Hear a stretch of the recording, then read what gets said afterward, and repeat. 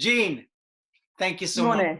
for being on board the transatlantic. I've been wanting to cross your ocean for a while, tell you the truth. So I'm very happy and super excited to have you here today. Thank you. Well, I am so honored that you asked me. I love this series and I love the ocean. So what a great opportunity to talk to you.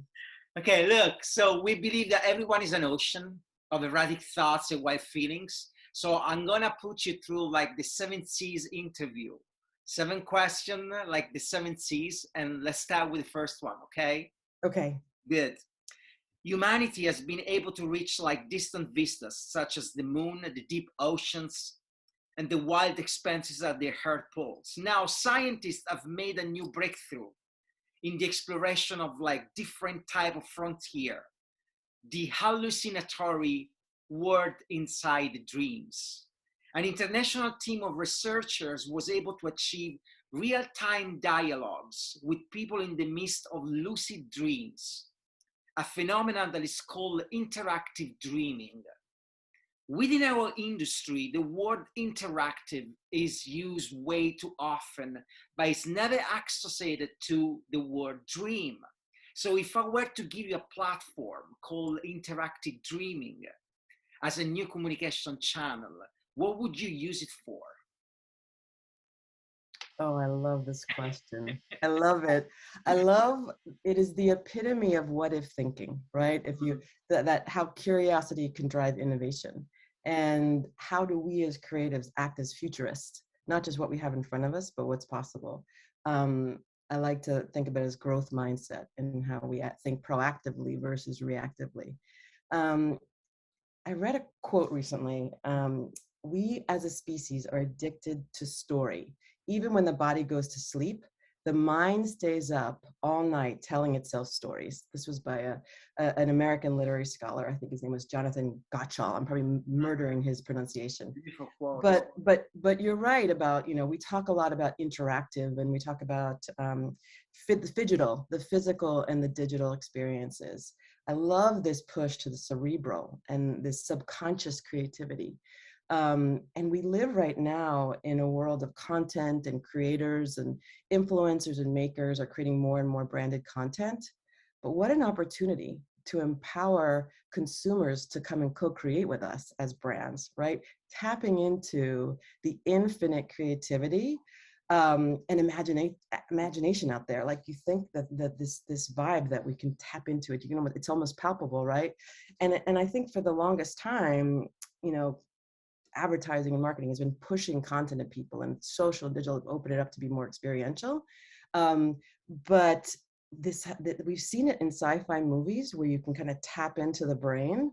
Like, I don't know what the portal is, but how exciting to think about it, right? And then it's the ultimate branded content. And I think about, some of the things, I don't know if you've ever been to one of them, like The Void was a Disney AR experience. And then there's one out here in California called Dreamscape, right? Which is kind of tapping into this AR virtual mixed reality experience. But this idea of and we see it in gaming too, like the sort of Sims environment. But what exists in our brain, and if we can then record it and let it go, I just think being able to drop prompts and products for people to use, like the dream of Fortnite and Minecraft and Sims and all of that, who would have thought that, platforms like Twitch, where we watched people gaming, would have such a huge following. That's true. Such a phenomenon. It's like when I wrote the question, I was thinking about of the movie like Being John Malkovich, when you enter someone else's mind. I know it's a dated movie, it's like it was made like a while ago, but it was one of the first example of like using like someone else's brain in order to escape and like interact with it and actually be like the master behind every single move. And I thought it was like such an amazing like storyline back then. And I think like right now, somehow all these like example kind of remind me like, a version of like Being John Malkovich to me. It's so funny that you're the second person to bring up that movie in the last week, Oh, right? really? Of, as a, it takes you down a total brain pathway and a visual metaphor for a certain life. But I love it. But it was so good. The other thing is about dreaming is a friend, we were talking about dreaming, and I think about it as adults. I don't know if we tap into our dreams as much. And as a kid, I totally remembered my dreams, Right. right? And I think as adults, like I was telling a friend, I'm like, I don't think I remember Oh, as really? often, right? It's like some people have that I visceral, do they wake up. remember very well. Do you? Oh my God, I actually, even recently in the past year, what happens to me, so I dream something. And then like as I'm dreaming, I remember that the environment where I had it in another dream, and I'm able to connect the two dreams. So for instance, like, let's say a dream of being like in a palace. I can tell you how the palace looked like. And when I found the palace in another dream, I dream about the palace on Tuesday, and then I dream again on Thursday. I do remember that I was there on Tuesday, but it all happened in a dream. And so it's Oh, like, it's so fascinating. It didn't happen to me back then when I was a kid, but oh. now it seems like, I don't know, maybe too many drugs I'm taking. No, I think it's the whole lucid aspect that you're in Maybe, touch I with don't know. your subconscious, and I think it's like Inception, right? It's like Yeah, another movie. yeah, that's great. Second question.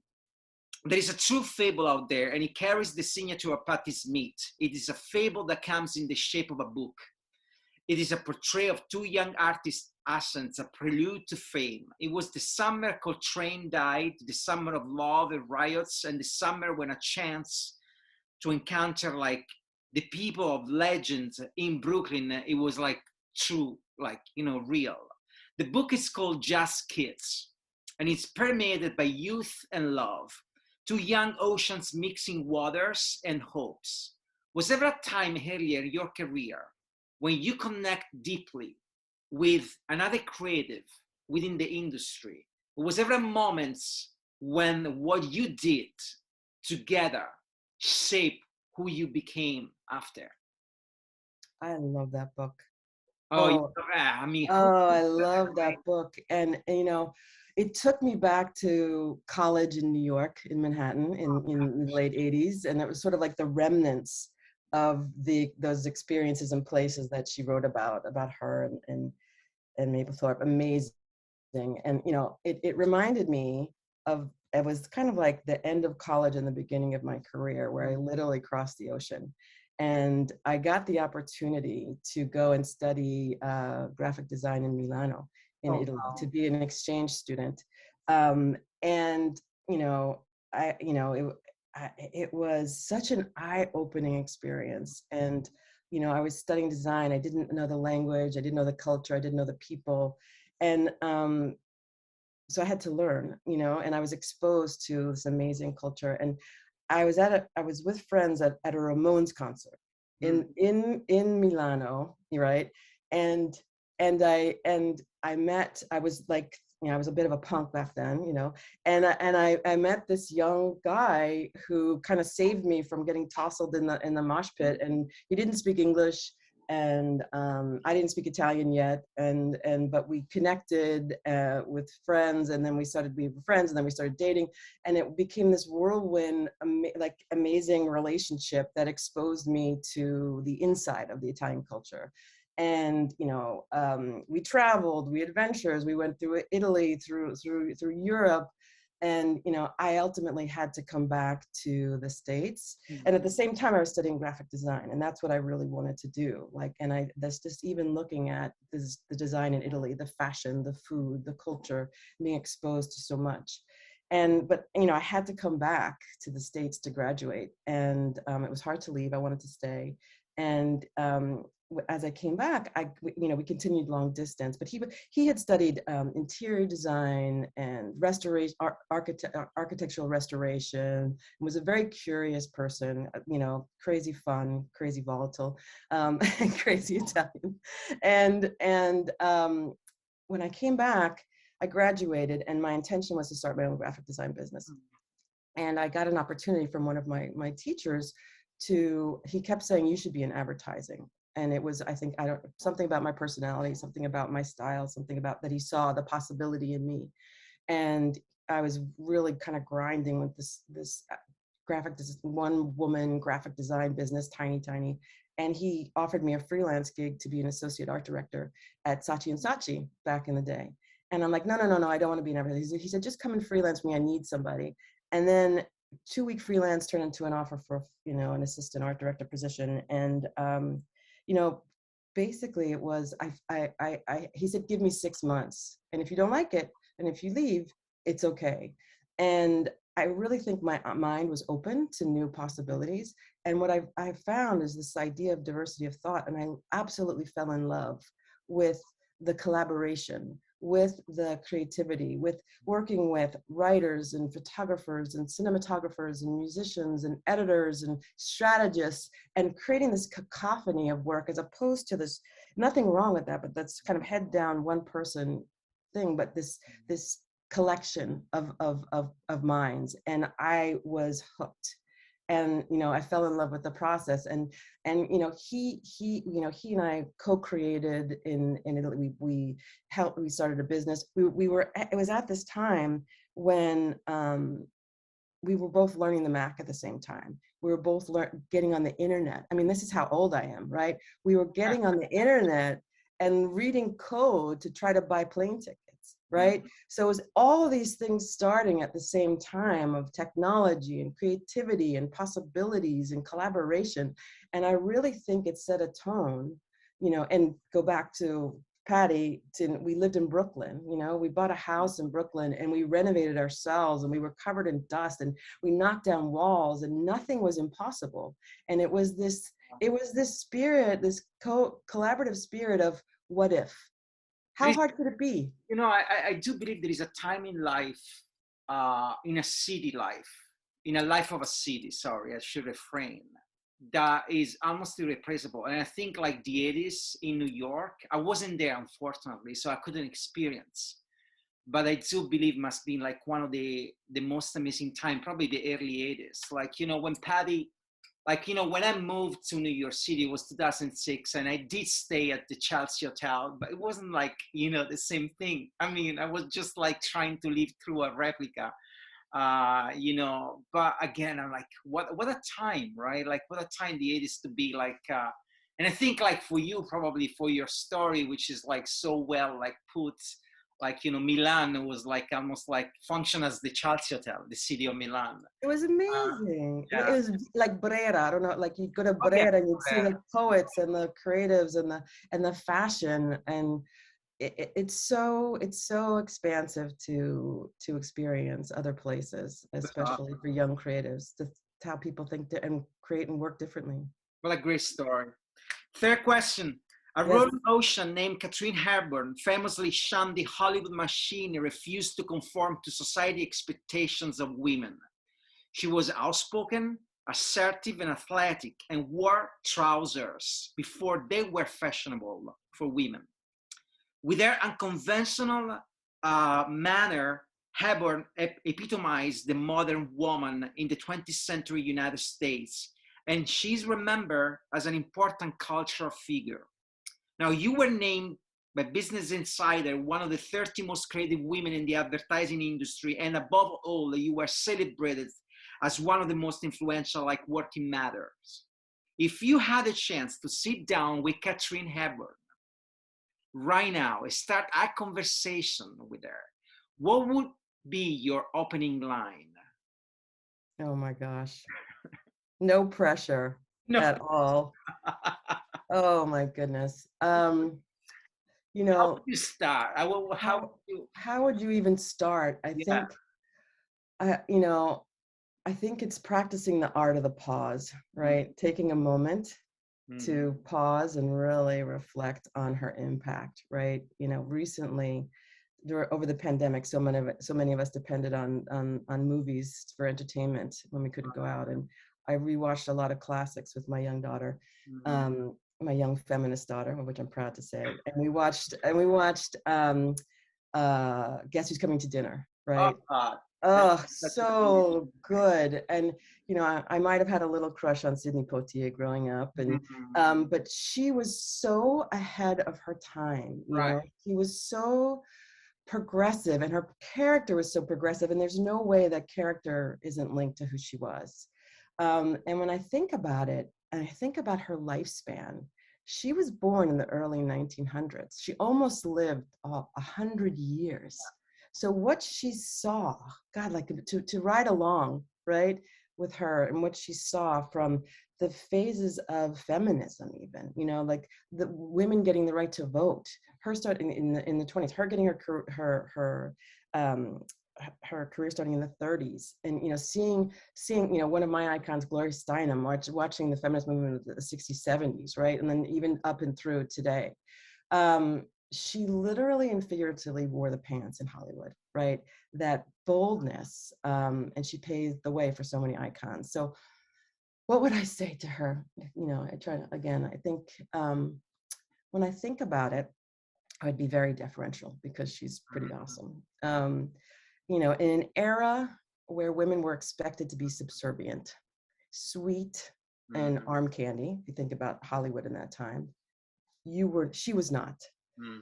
She was the woman that we saw in her roles, right? Independent, fierce, and feminist.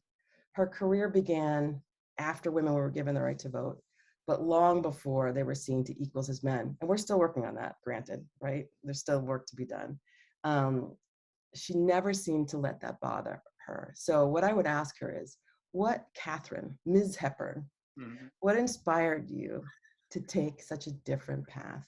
How did you overcome the hurdles of Hollywood, the sexism, the standards, the misogyny, and oh my God, the ageism? Right. No, you're totally right.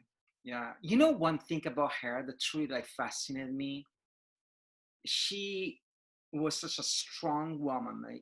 But she had these um, very interesting and I would say almost uh, boundless relationship with Spencer Tracy. Spencer Yes. Tracy was married with another woman, and he never married her because he couldn't in the Hollywood bigotry couldn't afford that. But she stayed beside Spencer, and Spencer was like an alcoholic. She stayed with him until the end of his life. And there is actually a letter that she wrote to him after he passed away, and it's on internet, this letter, and it's such a heartbreaking letter that she wrote, and it looked like a different woman, all the metal shield and all that strength, it comes through the letter, but in a different way, with a different tone of voice. And it's it fascinated me so much, and I keep coming back to her figure, because I think there are a couple of figures truly that define there is so many, but for me her as Simone de Beauvoir resonate the most. I think probably because I follow their work growing up. But her, when I found out about the relationship with Spencer Tracy and how she truly stood beside him, it truly took this persona to all different levels. Wow. Anyway. I have not read that letter, Oh, so I'm gonna send you the letter after this. I'm gonna do it. It's heartbreaking. yeah, please. It is, I think there is such power in authenticity and humility and how we show up. As women, I think that we as leaders, we kind of feel like we have to emulate men, and we have to be strong and unbreakable and grit and and grace. And I think that we have entered a time of emotional intelligence and vulnerability, and showing our vulnerability and our humanity to help lead and to show people it's okay to feel and to struggle. Absolutely, I totally agree on you. Okay, fourth question. So in the 18th and 19th century, it took an average 6 weeks to cross the Atlantic Ocean. And nowadays, it generally takes 6 or 8 days. So we went from 6-8 weeks to 6-8 days. So it's fair to say that speed is probably the single best gift that was given by technology. But speed can be a burden too. Looking at the state of our industry, speed has forced us to shorten up the time in between conception and execution. So if I were to give you back that time, that was stolen to the craft of some of the campaign that you work on, which will be the campaign that you will pick it up again and probably edit or change?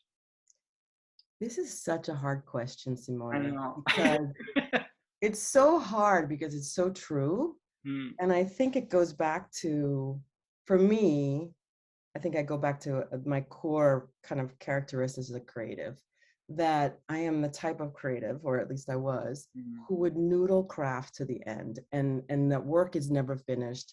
And I always think it could be better. And even when work was awarded, and I'm like, oh, I wish we had done this. And I think that there's pros and cons to it, right? This could have, should have, would have. I think it is one of the things that keeps me going, and it has had me strive for better, and then also lean into this failing forward mindset, right?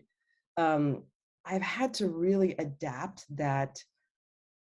It's almost like analog, right? The analog way we created, where time and craft was so crucial, especially as I've shifted from agency side to brand side with the volume of work. And I think about right now, it's content at the speed of retail and the speed of culture. And so it has been embracing a progress, not perfection mindset, and thinking about especially innovation and iteration and test and learn, because I think the oceans of the past and the present and the future have proved challenging, because when I hold on to my traditional craft, it slows down the process. So it's really being very selective currently with what I let go of control and perfection. Like, because I mean, for me, that's a big thing theme in my life. It's like what I can control and what I can't, and also empowering others to run and create and make. So I think, you know, that's a long-winded answer at everything. I would go back to every single thing, because, but at the same time, looking at the now and the future, I really am trying to let go. And then think about, where are the opportunities to focus and prioritize time, development, craft, and finishing, and where are the times to let go and see what happens. Oh, let go is such a, like, I read a quote and I remember who, I don't remember where I read it or who said it, but when I bump into this quote, it was like illuminating to me. And it says, like, the word belong to those who know how to let go.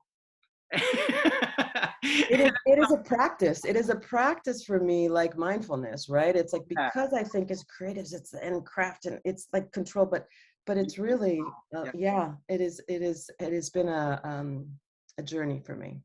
That's awesome. I think for everybody, but like, and also you say something that truly resonated, like the speed, content, you say speed and retail. Yeah. That was actually super interesting, because it is true. And like, you know, it actually resonated with what I've been doing, like on the freelance side, speed at the content or retail. And culture, right? Culture is moving so quickly. So how do we keep up? And, you know, I think when we, especially I think about the social space, right, and digital space, and when we try to apply the craft of, say, a beautiful film that is going to be, you know, a campaign, it's going to be on linear TV, it's going to have tons of media against it, to micro content. And what I almost think about disposable content, paper towels. Yeah. Right.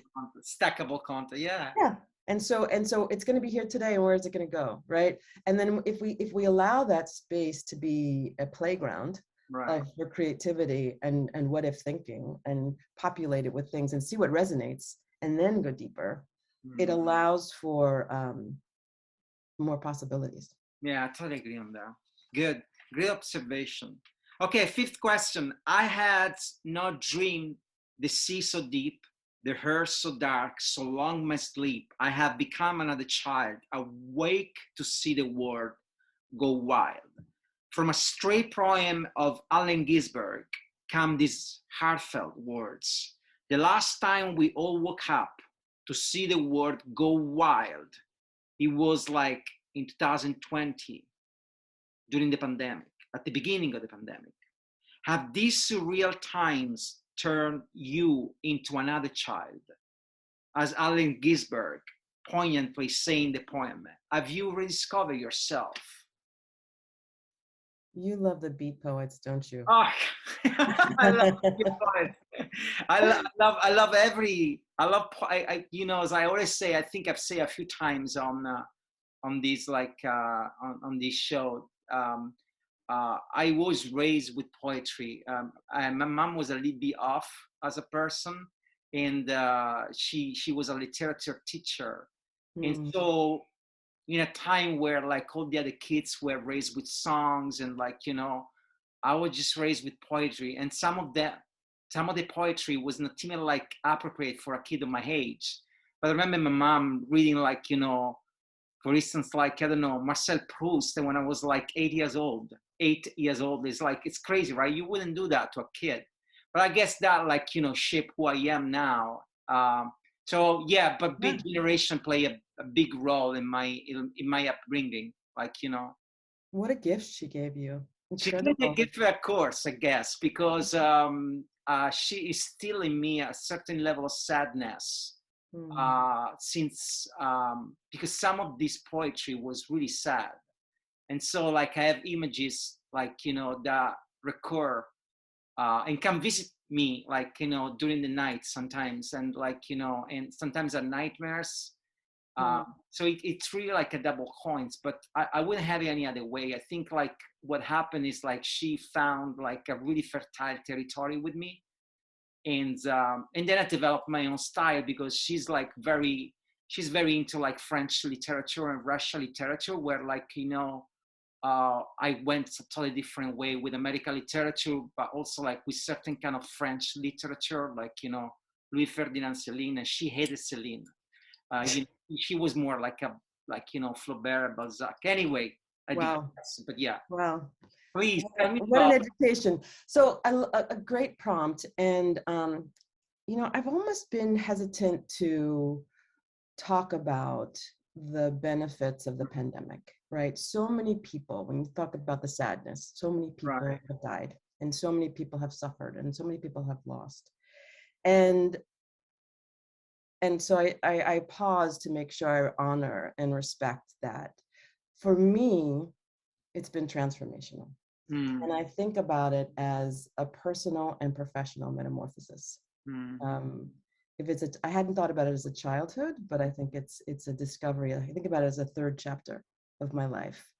Um, so how many working, chapters? pardon? How many chapters your life does he have? Because Oh, you say third chapter, which is actually very precise. So how many chapters how do many you will it have? have? Yeah, I don't know. I don't know. you It say depends three, like, if I live as long as Katharine Hepburn, if I get past 100. Who knows? Who knows? Maybe I'm it's not sorry, three.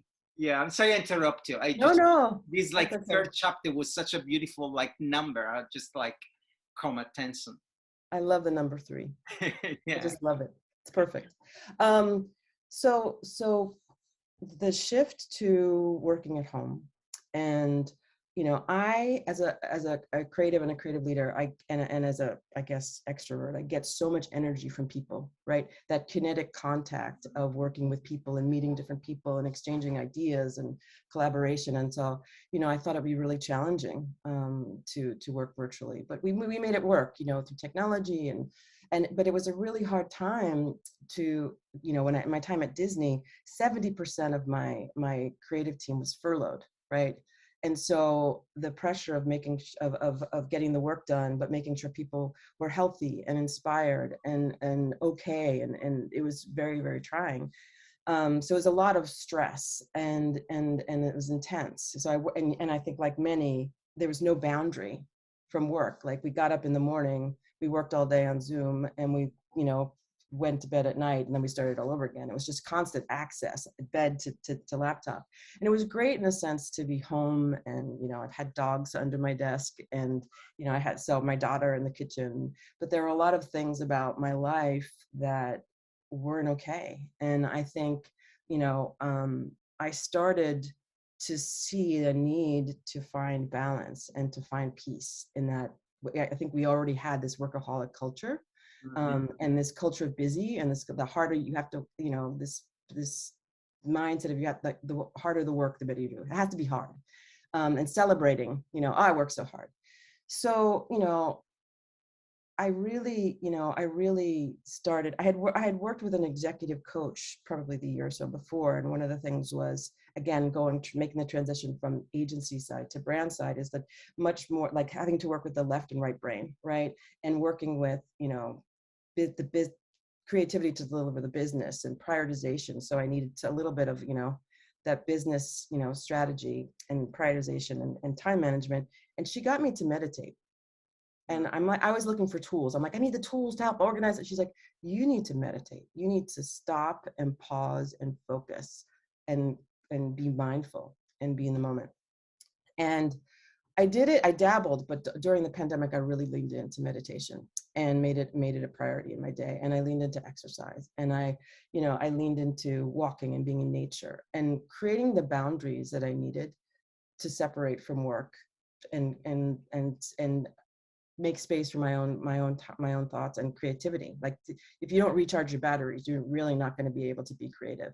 And it was a personal struggle for me, because at the time I was going through a very difficult time in my marriage. And we made a decision through some couples therapy. I'm going to be vulnerable, and made a decision, maybe alcohol wasn't helping our relationship. And we were kind of captive at home, and it was coffee in the morning to that, close the laptops, have a glass of wine, make dinner, and then you finish the bottle of wine, through email.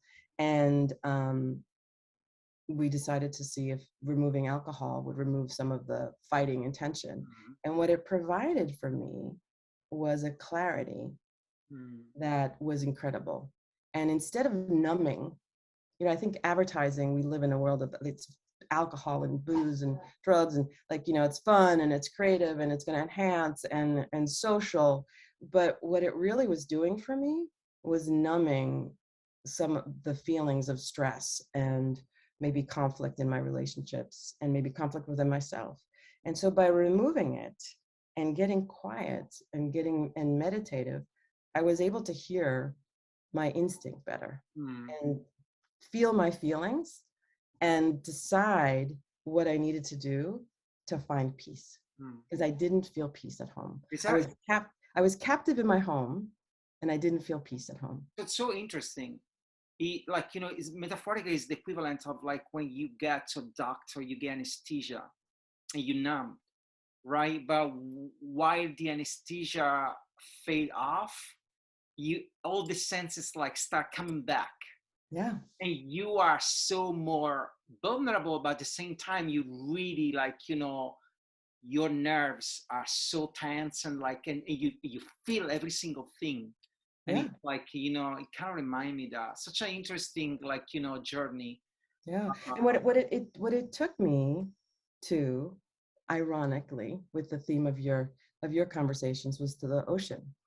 hmm, And I knew when I moved to LA 5 years ago that I wanted to be by the water. The water's always called me. right. And we didn't be working at Disney. I was on the east side, and it was just seemed too far to commute. So now with the pandemic, I didn't have to be near work. I could work anywhere. And so I with full consciousness and no numbing, I left my marriage. I moved to the beach, two blocks from the beach, and I made it my commitment to walk every day, and to go to the shore, to the ocean. I And read, yeah, because I read that the ocean match the waves of your brain. So the contemplative state of mind that you reach when you are looking at the ocean is scientifically proven. It's not something that's a sensation born out of your, impressions. It's truly a sound waves that match the waves of your brain.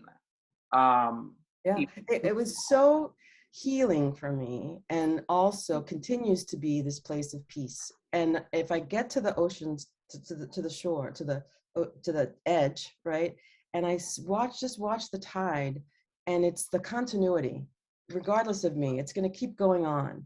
and the soothing nature of it. And I try to go every day. As you know, water has played a big part of my life. I grew up near the ocean. I, traveled, and it pulls me back, and the tide pulls me back, and the tide pulls me to center and to peace. It brings me so much peace, and is a place where I can be grateful and look at the hope of a new day. And what it was, it brought me to a new time in my life of being single in my 50s, of saying yes to being positive and grateful, opened up, if you believe in synchrodestiny, right? Where you put out, you get back, right? And and I think about meditation and Chopra, and where I've been in the last couple of years, is like, it's the law of attraction, and it's a life of abundance. And I received this opportunity to go to Walmart, and I left Disney and took on this new role. And it has its challenges, but it has so many opportunities as well. And so it's, just a lot of gratitude for what the So ocean great. is. And I really wish you the best on that. And I remember, like, your move, like, to Walmart, and it was such an interesting move. So wish you the best, because your journey is truly fascinating. Okay, I almost see the shore. So this question. Yes. In 1922, a young Picasso took an interest in classical arts, specifically the Hellenistic period of arts. Now, the result is a painting known as Woman by the Sea. While he imitated the sculptural form of the woman in the painting according to the Hellenic tradition, he deliberately distorted the form of the body. So what he did, he took something so traditional and bended the rule. If you were to mentor a young creative that is about to start in the art industry, which of the many rules that we have you would advise him or her to break? I love Picasso. Oh my God. What a rabbit hole of Picasso I could go down. I truly believe in the power of mentorship and sponsorship, right? I think it's massively important to share our learnings and our experiences, so it gets easier for the people that come up behind us, especially when I think about diverse talent. So I've learned quite a few things, and I think some of them are still standards and some of them have shifted, but I wrongly believed certain things about the way I should behave, or I should what I needed to do to grow my career. And I felt that if I kept my head down and I worked really hard, I would get noticed, and I would get rewarded, and I would get promoted. That is not the case. I'm so glad you said that, because that's probably the first lesson that everybody should learn. You have to build your brand. You have to ask for what you want, because you will not get what you don't ask for. You have to ask for the job. You have to ask for the promotion. You have to ask for the raise. And, when I think about building your brand, it's like, you have to, what do you stand for, right? Why you? And why should people take notice? It's like, just like we build brands for as part of our business, as our expertise, we have to do it for ourselves. So you have to speak about things you care passionately about. You have to write about things you care passionately about. You have to judge. You have to self-promote. And it's sometimes uncomfortable, and I think especially for women, I think it's uncomfortable to toot our own horns. But it's changing the landscape and being noticed, and getting your name out there. Build your own brand. Build your own brand. Absolutely. That's advice. And then I think too, it's I said ask for what you want, but I think it's also leaning into relationships. I think, as a young creative, I believed that I had to do it myself, right? And I didn't believe in the asking for help, and then also relationships. And what I have learned over the years is relationships are everything, right? And how we connect with people, and who we connect with, and how we can, get introduced to people, get a mentor, get a sponsor. I mean, the difference between mentorship and sponsorship is someone getting your name in the room when you're not there, right? I've often advised, people to get, and it was great advice that I got a few years ago, probably late, but still got it, is create a personal board of directors, right? It takes a village to get through these careers, and a personal board of directors of people that you admire and that you aspire to, and maybe people that think differently than you and that complement the yin to your yang. If you're creative, maybe their business or strategy, but maybe it's diversity of thought, but having that counsel to go to. And should I take this job? Should I ask for this money? Should I, am I wrong for these feelings? And am I appreciated, or do I need to move on? Is it time to move on? That's great. Great advice. Last question. Yes. And we asked this question to all our guests. If there was a wind that blew your sail, and if you had to come up with a name for the wind, what would the name be? My wind is purpose. Purpose. That's a beautiful word. It's what drives me forward. To use creativity to change culture, to make the world and the industry a more equitable place, to focus on talent, diverse talent, recruiting and retaining and promoting talent, to use my privilege, right, and my experience to help pull others up, send the elevator back down. Yeah, to lead the industry better than I found it. Yeah, right?